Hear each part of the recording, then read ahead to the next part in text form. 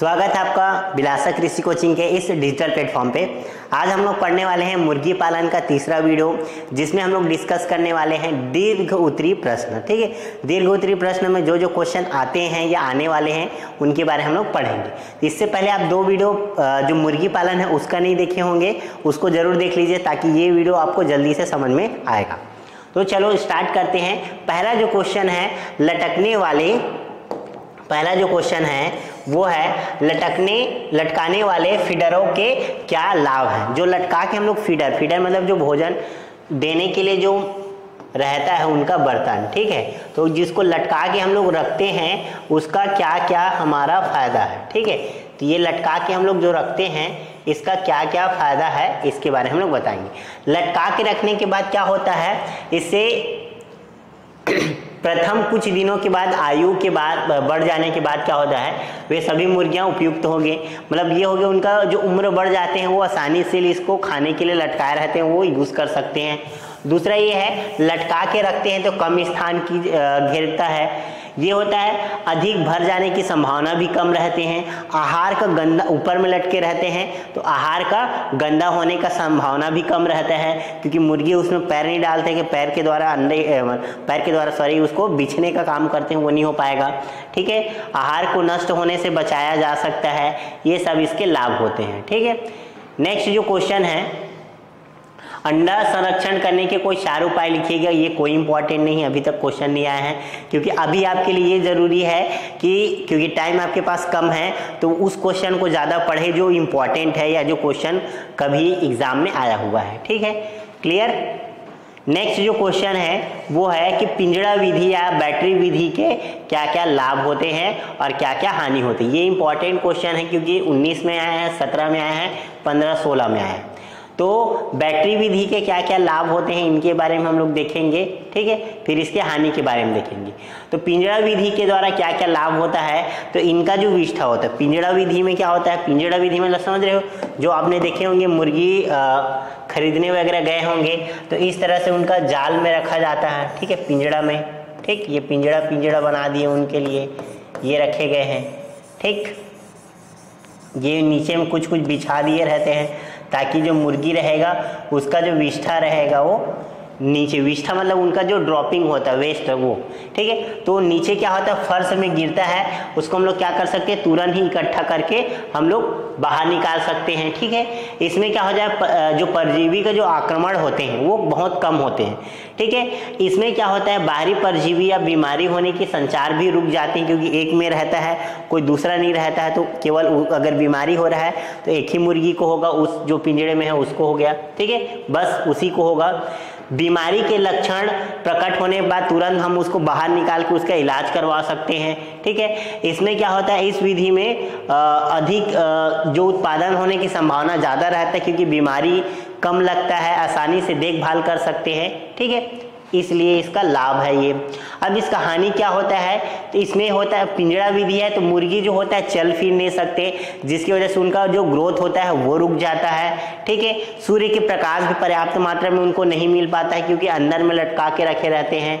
इसमें मुर्गियों को क्योंकि पिंजड़ा में रखे रहते हैं तो मुर्गियों को देखते रखने से या ज़्यादा उनके देखभाल करने की ज़रूरत होता है, तो इसमें श्रम यानी कि मेहनत ज़्यादा लगता है। इनका पिंजड़ा खराब हो गया या पिंजड़ा टूट गया तो फिर उसकी मरम्मत करने के लिए, पिंजड़ा को खरीदने के लिए इसमें खर्चा बहुत होते हैं। मुर्गियाँ जो होती है वो खुश नजर नहीं आती, क्योंकि एक ही रूम में या एक ही में पड़े रहते हैं। ठीक है, नेक्स्ट जो क्वेश्चन है, कुक्कुट पालन की कौन कौन सी जो प्रचलित विधियां हैं लिखे।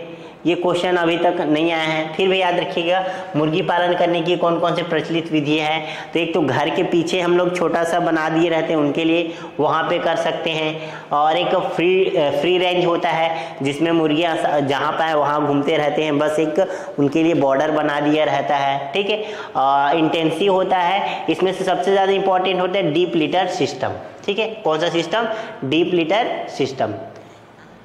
नेक्स्ट जो क्वेश्चन है, इंक्यूबेटर के क्या काम करते हैं, क्या लाभ है इसका, तो इंक्यूबेटर के बारे में आपको बताया था, अंडे सेने का जो कार्य करने के लिए जिस मशीन का उपयोग किया जाता है उसको इंक्यूबेटर कहते हैं। इंक्यूबेटर का तापमान कितना होना चाहिए, 100 डिग्री सेंटीग्रेड होना चाहिए, ठीक है।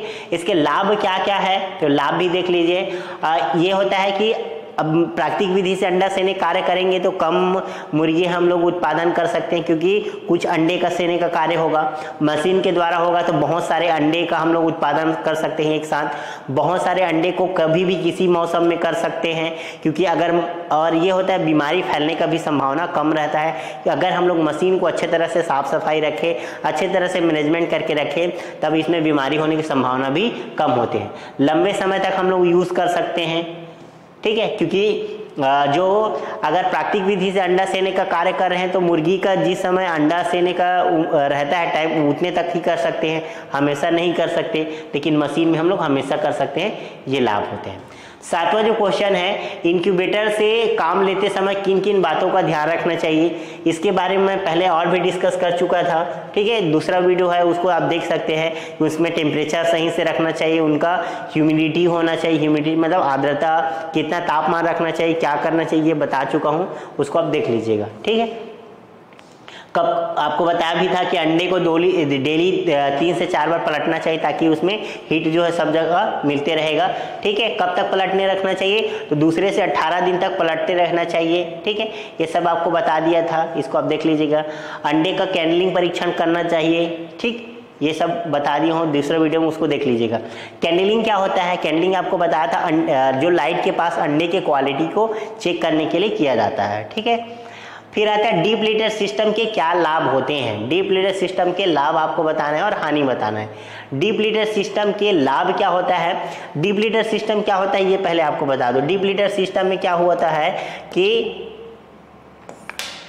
जो मुर्गीशाला होते हैं, तो मुर्गीशाला में जैसे 6 लीटर, डीप लीटर मतलब 6 इंच क्या किया जाता है, इसको गद्दे या जो भूसा वगैरह हो गया या पैरा वगैरह हो गया या फिर लकड़ी का बुरादा वगैरह हो गया या गन्ने का जो रस निकालने के बाद जो बच जाता है, उसको हम लोग ऐसा मोटा बिछाली बनाते हैं, ठीक है। इसी को कहा जाता है डीप लीटर सिस्टम कहा जाता है, ठीक है। क्लियर। इसके क्या क्या लाभ होते हैं, तो मुर्गियाँ इसमें स्वस्थ रहती है, इनकी वृद्धि अच्छे से होते हैं, ठीक है। कम जगह में अधिक मुर्गी पालन किया जा सकता है। बिछावन में लोटपोट होने के, लोटपोट मतलब जो डांट पोट ऐसे होते हैं, समझ रहे हो, वो होने की संभावना कम रहता है, ठीक है। अच्छा, लोटपोट होने की वजह से इनका क्या हो जाता है, ये ऐसे ऐसे ऐसे हिल रहे हैं इधर से उधर, तो उससे क्या हो रहा है, इनका व्यायाम भी हो जाता है। मुर्गियों को रोगों से बचाया जा सकता है। अब रोग से बचाया जा सकेंगे तो इनका मृत्यु दर कम रहेगा, मतलब मरने की संभावना कम रहेगा।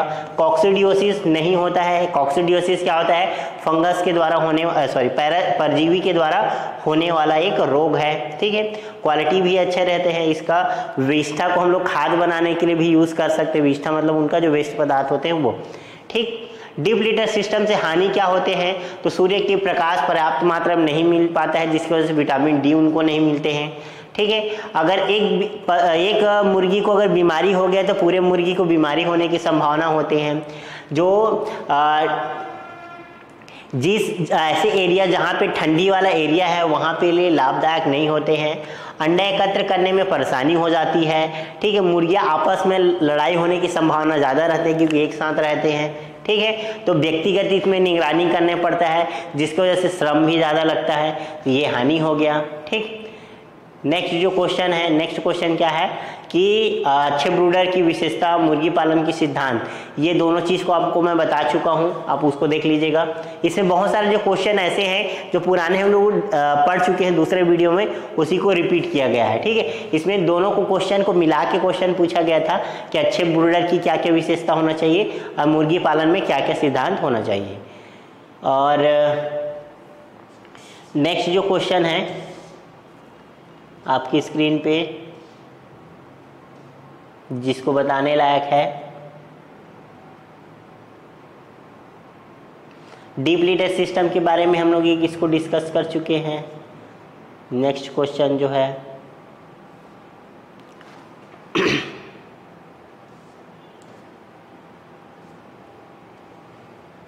नेक्स्ट वीडियो हम लोग पढ़ेंगे पशु कुटकुट रोग, क्योंकि आपको बोला था कि जितने भी जो न्यूमेरिकल वाले हैं उनका एक अलग से वीडियो बनाएंगे जो पशुपालन या और सबका जो है, ठीक है।